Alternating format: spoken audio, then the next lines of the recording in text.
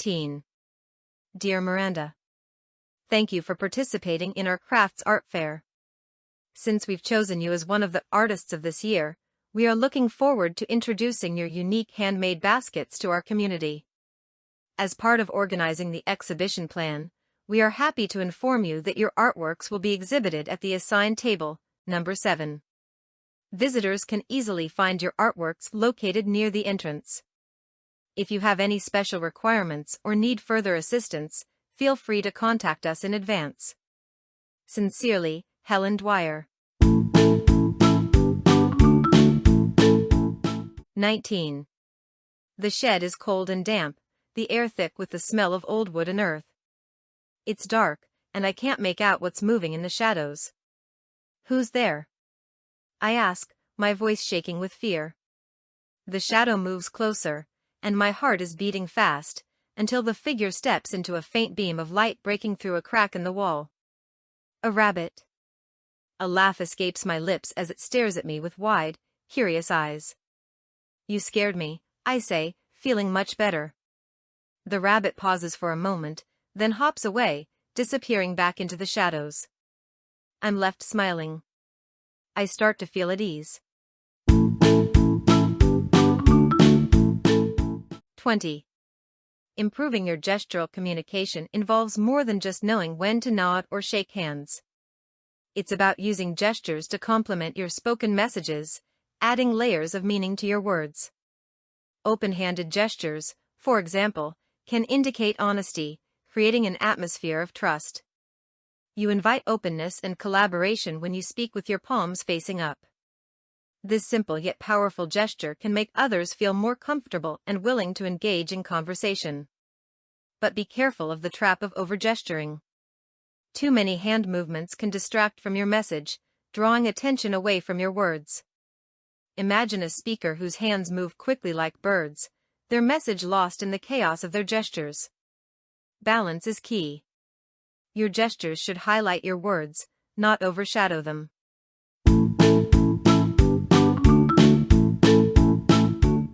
21. Assuming gene editing in humans proves to be safe and effective, it might seem logical, even preferable, to correct disease-causing mutations at the earliest possible stage of life, before harmful genes begin causing serious problems. Yet once it becomes possible to transform an embryo's mutated genes into normal ones, there will certainly be temptations to upgrade normal genes to superior versions. Should we begin editing genes in unborn children to lower their lifetime risk of heart disease or cancer? What about giving unborn children beneficial features, like greater strength and increased mental abilities, or changing physical characteristics, like eye and hair color? The pursuit for perfection seems almost natural to human nature, but if we start down this slippery slope, we may not like where we end up.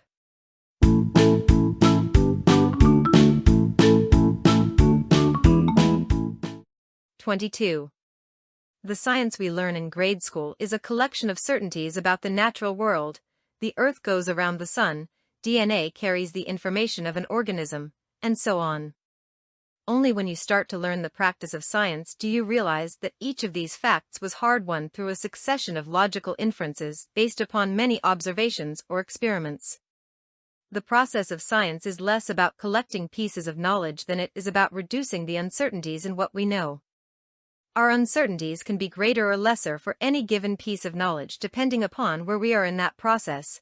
Today we are quite certain of how an apple will fall from a tree, but our understanding of the turbulent fluid flow remains a work in progress after more than a century of effort.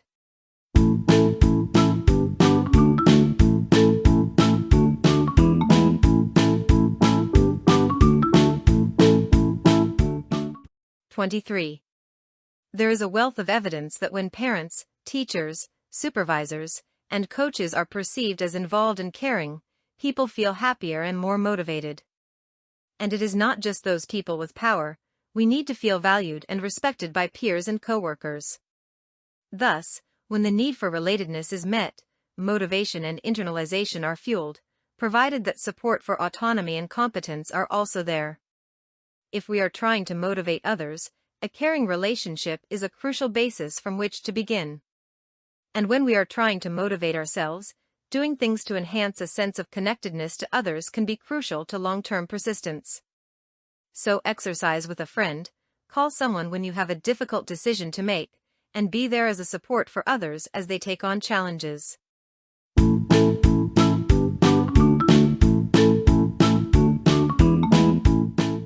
24.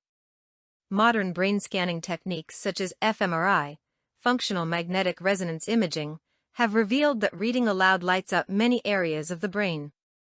There is intense activity in areas associated with pronunciation and hearing the sound of the spoken response, which strengthens the connective structures of your brain cells for more brain power. This leads to an overall improvement in concentration. Reading aloud is also a good way to develop your public speaking skills because it forces you to read each and every word, something people don't often do when reading quickly or reading in silence. Children, in particular, should be encouraged to read aloud because the brain is wired for learning through connections that are created by positive stimulation, such as singing, touching, and reading aloud.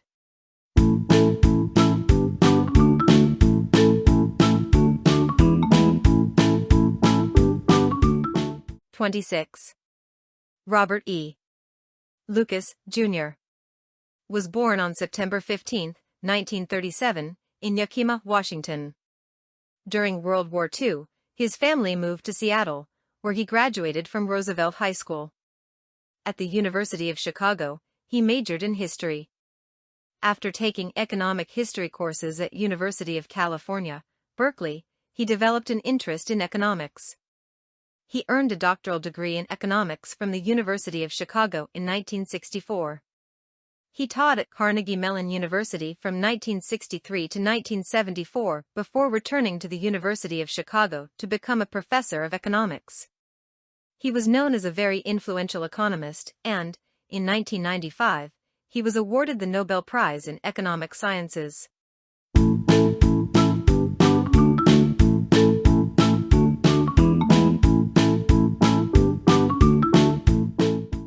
29. Routines enable athletes to evaluate competition conditions. For example, bouncing a ball in a volleyball service routine supplies the server with information about the ball, the floor, and the state of her muscles. This information can then be used to properly prepare for her serve. Routines also enable athletes to adjust and fine-tune their preparations based on those evaluations or in pursuit of a particular competitive goal. This adaptation can involve adjustment to the conditions, rivals, competitive situation, or internal influences that can affect performance. Just like adjusting a race car engine to the conditions of the track, air temperature, and weather, routines adjust all competitive components to achieve proper performance.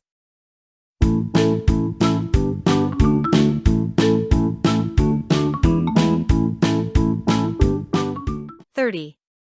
Promotion deals with consumer psychology. We can't force people to think one way or another, and the clever marketer knows that promotion is used to provide information in the most clear, honest, and simple fashion possible. By doing so, the possibility of increasing sales goes up. Gone are the days when promotions were done in order to fool the consumer into purchasing something. The long-term effect of getting a consumer to buy something they did not really want or need wasn't good. In fact, consumers fooled once can do damage to sales as they relate their experience to others. Instead, marketers now know that their goal is to identify the consumers who are most likely to appreciate a good or service, and to promote that good or service in a way that makes the value clear to the consumer. Therefore, marketers must know where the potential consumers are, and how to reach them.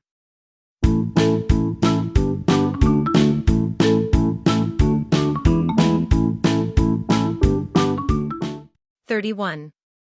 Plato argued that when you see something that strikes you as beautiful, you are really just seeing a partial reflection of true beauty, just as a painting or even a photograph only captures part of the real thing. True beauty, or what Plato calls the form of beauty, has no particular color, shape, or size. Rather, it is an abstract idea, like the number 5. You can make drawings of the number 5 in blue or red ink, big or small, but the number 5 itself is none of those things. It has no physical form. Think of the idea of a triangle, for example. Although it has no particular color or size, it somehow lies within each and every triangle you see. Plato thought the same was true of beauty. The form of beauty somehow lies within each and every beautiful thing you see.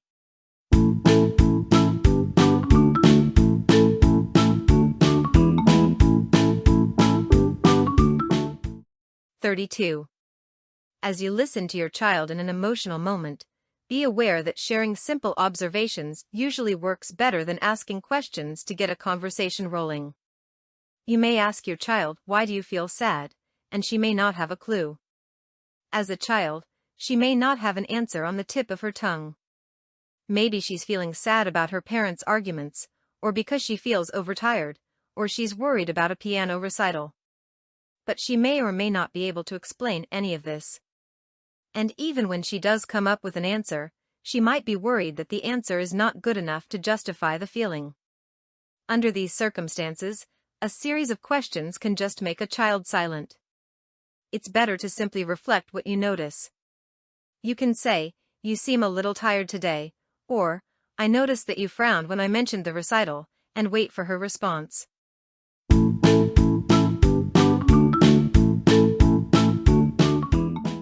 33. Our skin conducts electricity more or less efficiently, depending on our emotions. We know that when we're emotionally stimulated, stressed, sad, any intense emotion, really, our bodies sweat a tiny bit, so little we might not even notice. And when those tiny drops of sweat appear, our skin gets more electrically conductive. This change in sweat gland activity happens completely without your conscious mind having much say in the matter.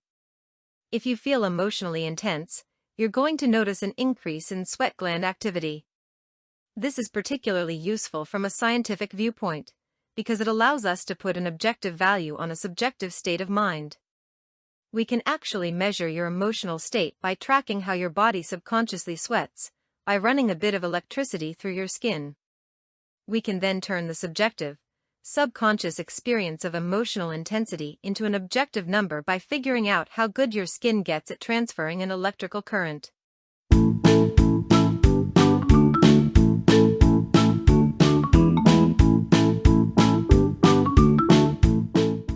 34. Plants can communicate, although not in the same way we do. Some express their discontent through scents. You know that smell that hangs in the air after you've mowed the lawn?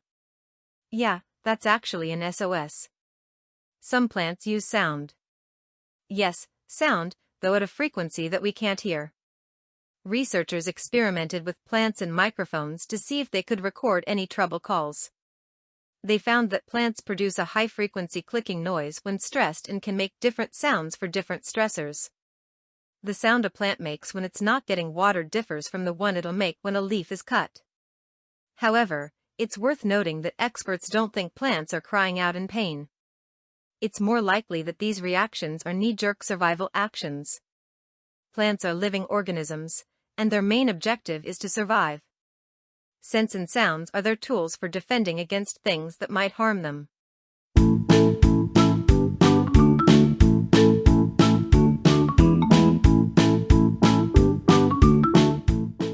35. What does it mean for a character to be a hero as opposed to a villain? In artistic and entertainment descriptions, it's essential for the author to establish a positive relationship between a protagonist and the audience. In order for tragedy or misfortune to draw out an emotional response in viewers, the character must be adjusted so as to be recognizable as either friend or enemy. Whether the portrayal is fictional or documentary, we must feel that the protagonist is someone whose actions benefit us. The protagonist is, or would be, a worthy companion or valued ally. Violent action films are often filled with dozens of incidental deaths of minor characters that draw out little response in the audience. In order to feel strong emotions, the audience must be emotionally invested in a character as either ally or enemy.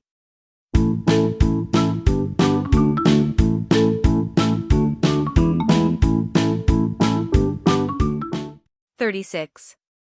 Let's assume that at least some animals are capable of thinking despite lacking a language. This doesn't necessarily mean that they possess concepts, for some forms of thought may be non-conceptual. We can imagine, for instance, a squirrel who is planning how to get from the branch she's currently standing on to a branch from the tree in front. To do this, in principle she doesn't need a concept of branch nor a concept of tree. It might be enough for her to have, for example, the ability to think in images, to make a mental map of the tree where she can imagine and try out different routes. This doesn't imply that squirrels lack concepts, simply that they don't need them for this concrete form of thinking. For us to be able to say that an animal has concepts, we have to show not just that she's capable of thinking, but also that she has certain specific abilities.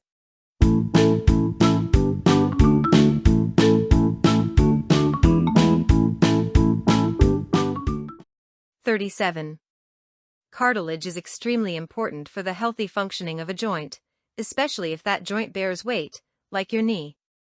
Imagine for a moment that you're looking into the inner workings of your left knee as you walk down the street. When you shift your weight from your left leg to your right, the pressure on your left knee is released. The cartilage in your left knee then drinks in synovial fluid, in much the same way that a sponge soaks up liquid when put in water.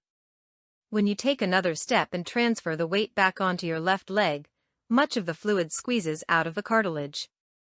This squeezing of joint fluid into and out of the cartilage helps it respond to the off and on pressure of walking without breaking under the pressure.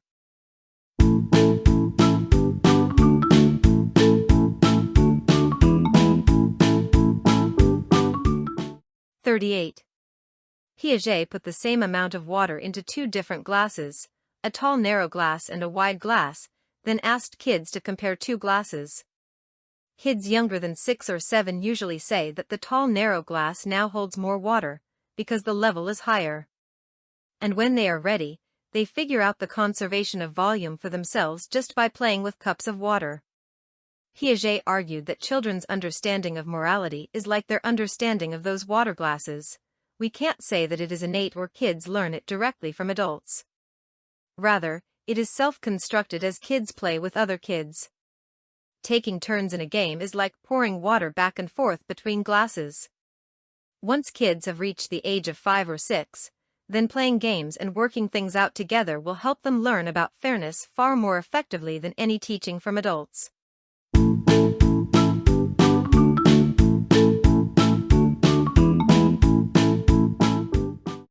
(39) The rise of air conditioning accelerated the construction of sealed boxes, where the building's only airflow is through the filter ducts of the air conditioning unit. It doesn't have to be this way. Look at any old building in a hot climate, whether it's in Sicily or Marrakesh or Tehran. Architects understood the importance of shade, airflow, light colors. They oriented buildings to capture cool breezes and block the worst heat of the afternoon. They built with thick walls and white roofs and transoms over doors to encourage airflow. Anyone who has ever spent a few minutes in a mud brick house in Tucson, or walked on the narrow streets of Old Seville, knows how well these construction methods work. But all this wisdom about how to deal with heat, accumulated over centuries of practical experience, is all too often ignored. In this sense, air conditioning is not just a technology of personal comfort, it is also a technology of forgetting.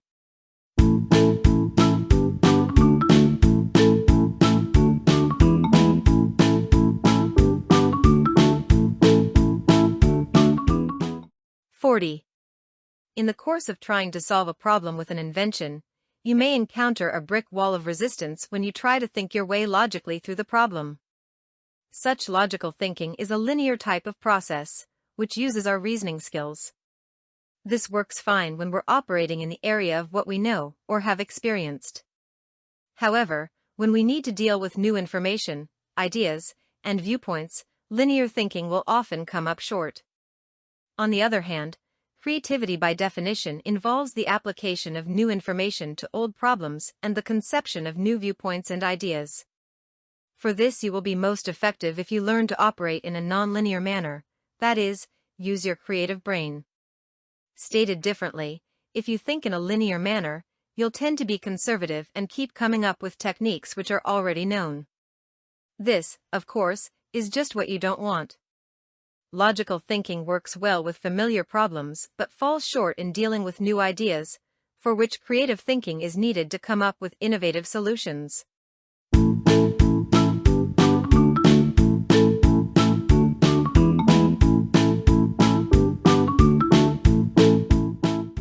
41-42. Some researchers view spoken languages as incomplete devices for capturing precise differences. They think numbers represent the most neutral language of description. However, when our language of description is changed to numbers, we do not move toward greater accuracy. Numbers are no more appropriate pictures of the world than words, music, or painting. While useful for specific purposes, e.g. census taking, income distribution, they eliminate information of enormous value. For example, the future lives of young students are tied to their scores on national tests. In effect, whether they can continue with their education, where, and at what cost depends importantly on a handful of numbers. These numbers do not account for the quality of schools they have attended, whether they have been tutored, have supportive parents, have test anxiety, and so on. Finally, putting aside the many ways in which statistical results can be manipulated, there are ways in which turning people's lives into numbers is morally insulating. Statistics on crime, homelessness, or the spread of a disease say nothing of people's suffering. We read the statistics as reports on events at a distance, thus allowing us to escape without being disturbed. Statistics are human beings with the tears wiped off. Quantify with caution.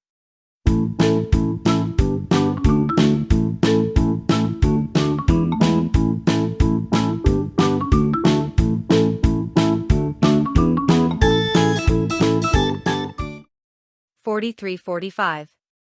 Jack, an Arkansas farmer, was unhappy because he couldn't make enough money from his farm. He worked hard for many years, but things didn't improve. He sold his farm to his neighbor, Victor, who was by no means wealthy. Hoping for a fresh start, he left for the big city to find better opportunities. Years passed, but Jack still couldn't find the fortune he was looking for.